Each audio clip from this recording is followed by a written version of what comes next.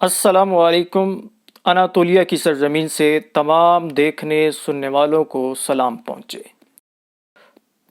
ترک صدر ایردوان اور ان کی جماعت آک پارٹی کو ترکی پر اقتدار کرتے ہوئے 17 سال ہونے کو ہیں، اور ان 17 سالوں میں ابتدائی 6 سال سے ہی یہ تعلقات نالمر رہے ہیں۔ 2005 میں ترک صدر ایردوان نے اسرائیل کا دورہ کیا اور امید ظاہر کی کہ مسئلہ فلسطین کو حل کرنے میں وہ اپنا کردار ادا کریں گے، لیکن ان کے اقتدار کے 6 سال اسرائیل کے غزہ پر حملے کے بعد ترکی نے اسے ریاستی دہشت گردی کا اور شدید مذمت کی۔ اناطولین ایگل کے نام سے ہونے والی ملٹری ایکسرسائز میں اسرائیل پر اس حوالے سے پابندی لگا دی۔ ورلڈ اکنامک فورم میں اسرائیلی وزیراعظم کے منہ پر کھری کھری سنائی۔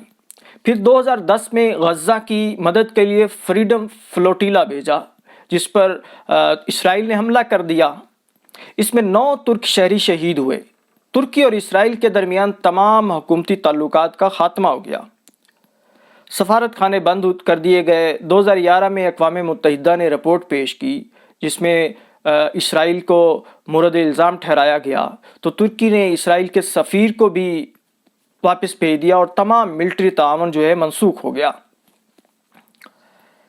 اس پر ترکی کی سیکولر اپوزیشن نے بہت زیادہ تنقید بھی کی کہ اس سے ملک میں کوئی اچھائی نہیں ہے، ملکی مفادات کو نقصان پہنچایا گیا ہے۔ 2 سال بعد اسرائیلی وزیر اعظم نیتن یاہو نے رجب طیب ایردوان کو کال کی اور اس واقعے پر معافی مانگتے ہوئے تعلقات کی بحالی پر زور دیا۔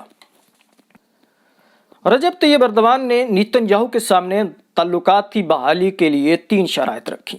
ایک تو شہداء کے لواحقین کو خون بہا دے گا، دوسرا غزہ تک ترکی کو براہ راست رسائی ملے گی، تیسرا فلسطینی قیادت کے ساتھ تعلقات پر اسرائیل کوئی سوال نہیں اٹھائے گا۔ اسرائیل نے بعد میں ان شرائط کو قبول کرنے کی بجائے اگلے ہی سال غزہ پر دوبارہ حملہ کر دیا۔ اس کا محاصرہ کیا گیا، جس کے بعد تعلقات کی بحالی کے منصوبے ایک بار پھر دریا برد ہو گئے۔ 2016 میں امریکی صدر باراک اوباما کی کوششوں نے دوبارہ بات چیت شروع ہوئی، جس کے بعد اسرائیل نے ترکی کے مطالبات جزوی طور پر قبول کیے۔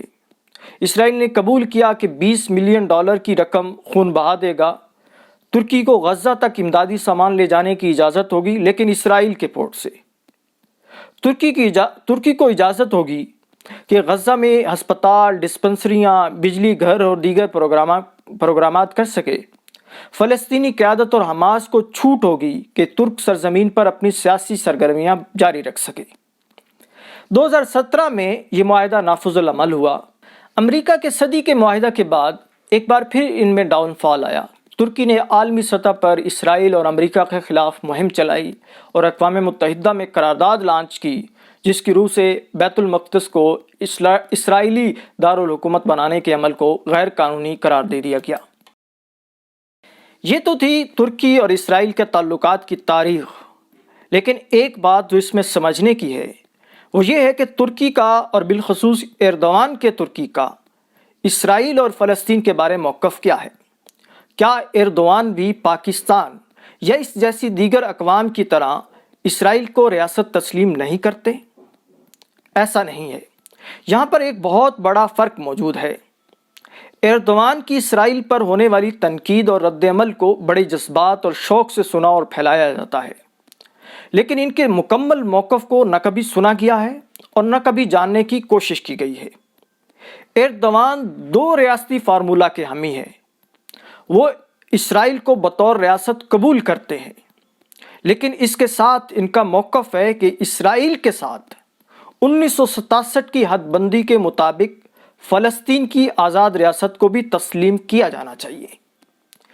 ان کی اقوام متحدہ کی جنرل اسمبلی میں کی جانے والی تقریر جو گزشتہ سال ہوئی تھی، جس کو عالمی سطح پر بہت زیادہ پذیرائی بھی ہوئی، اس میں وہ مسئلہ فلسطین کا حل کچھ یوں بیان کرتے ہیں: چوزم 1960 7 sınırları temelinde başkenti Doğu Kudüs olan bağımsız ve mütecanis topraklara sahip Filistin devletinin bir an önce kurulması۔ مطلب حل 1967 کی حدوں کی بنیاد پر مشرقی قدس کا دارالحکومت رکھنے والی ایک آزاد اور خوشحال زمین کی مالک فلسطینی ریاست کا قیام ہے۔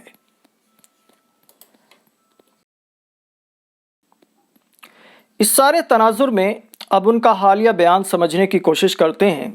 اگرچہ ترکی کو UAE اور اسرائیل کے نام نہاد امن معاہدہ پر سنجیدہ تحفظات ہیں اور وہ اسے شیطانی معاہدہ یا شیطانی اتحاد قرار دے چکا ہے، لیکن ایردوان کا یہ بیان کہ وہ UAE سے اپنے سفارتی تعلقات منقطع کر سکتا ہے، اس بنیاد پر نہیں ہے کہ اس نے اسرائیل کو قبول کر لیا ہے، بلکہ اس بنیاد پر ہے کہ وہ فلسطین کی حیثیت اور سرحدوں کو کمزور کر کے یہ معاہدہ ہوا ہے، اور اب فلسطینی سفارت خانے کے خاتمے یا واپس بھیجنے کا سوچا جا رہا ہے۔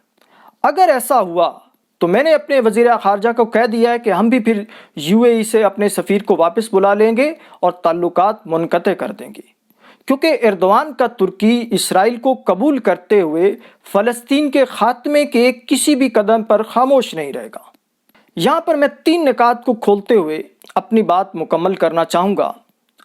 ترکی نے 1950 کی سرحدوں پر اسرائیل کو تسلیم کیا، لیکن آج بھی وہ اپنا حل 1967 کی سرحدوں کو بتاتا ہے، جبکہ UAE نے اسرائیل کو اس کی مکمل آباد کاری کے ساتھ تسلیم کرتے ہوئے فقط اتنا کہا ہے کہ وہ مغربی کنارے کو شامل نہیں کرنے دے گا۔ دوسری بات جو ہے کہ خطے میں ایک اسرائیلی توسیع پسندی کا منصوبہ ہے، تو دوسری طرف ترکی کی بڑھتی ہوئی سافٹ پاور یا مسلم دنیا کا درد موجود ہے۔ عرب ممالک کسی دوسری عرب بہار یا ترکی کی سافٹ پاور سے خوفزدہ ہیں۔ ان کے لیے فلسطین سے پہلے اپنی بادشاہتوں کا تحفظ کا مسئلہ درپیش ہے۔ خطے میں وہ اپنے خطرات کو کم کرنے اور خود کو زیادہ محفوظ اور طاقتور بنانے کے لیے اسرائیل کے ساتھ تعلقات بحال کرنا ضروری سمجھتے ہیں، لیکن دلچسپ بات یہ ہے کہ وہ ترکی کی سافٹ پاور یا عثمانی توسیع پسندی کے خیالی خوف سے بچنے کے لیے زمین پر رواں دواں گریٹر اسرائیل کا آسان لقمہ بننے کو ترجیح دے رہے ہیں۔ ترکی اسی لیے اس کو شیطانی ڈیل قرار دے رہا ہے کہ اس سے اسرائیل کے لیے عرب زمین پر آگے بڑھنے کے امکانات بڑھ جائیں گے۔ تیسری طرف ترکی اپنے قومی مفادات کو بالائے طاق رکھتے ہوئے اسرائیل کے ساتھ تعلقات بڑھانے پر یقین نہیں رکھتا۔ بحیرہ روم میں حالیہ بحران میں اسرائیل کی طرف سے ترکی کے لیے ایک امکان پیدا ہوا، اور کئی اسرائیلی تجزیہ نگاروں نے اس پر بات بھی کی کہ لیبیا طرز کا ایک معاہدہ، اس سے یہ فائدہ ایک بہت بڑا فائدہ تھا، ترکی کا بھی فائدہ تھا اور اسرائیل کا بھی فائدہ تھا۔ ترکی کا فائدہ یہ تھا کہ وہ یونان اور فرانس کے بحیرہ روم میں جو اتحاد ہے اس کو کارنر کر سکتا تھا، اور اسرائیل کا یہ فائدہ تھا کہ وہ اپنے 99% تجارت کے جو روٹ ہے اس کو محفوظ بنا سکتا تھا، لیکن اس معاہدے کو ترکی نے رد کر دیا ہے۔ آج کی ویڈیو یہیں پر ختم کرتے ہیں۔ اگر ویڈیو پسند آئی تو اس کو لائک کریں، شیئر کریں اور میرے چینل ترکی نامہ کو سبسکرائب کریں۔ ملتے ہیں اگلی ویڈیو میں۔ اللہ نگہبان۔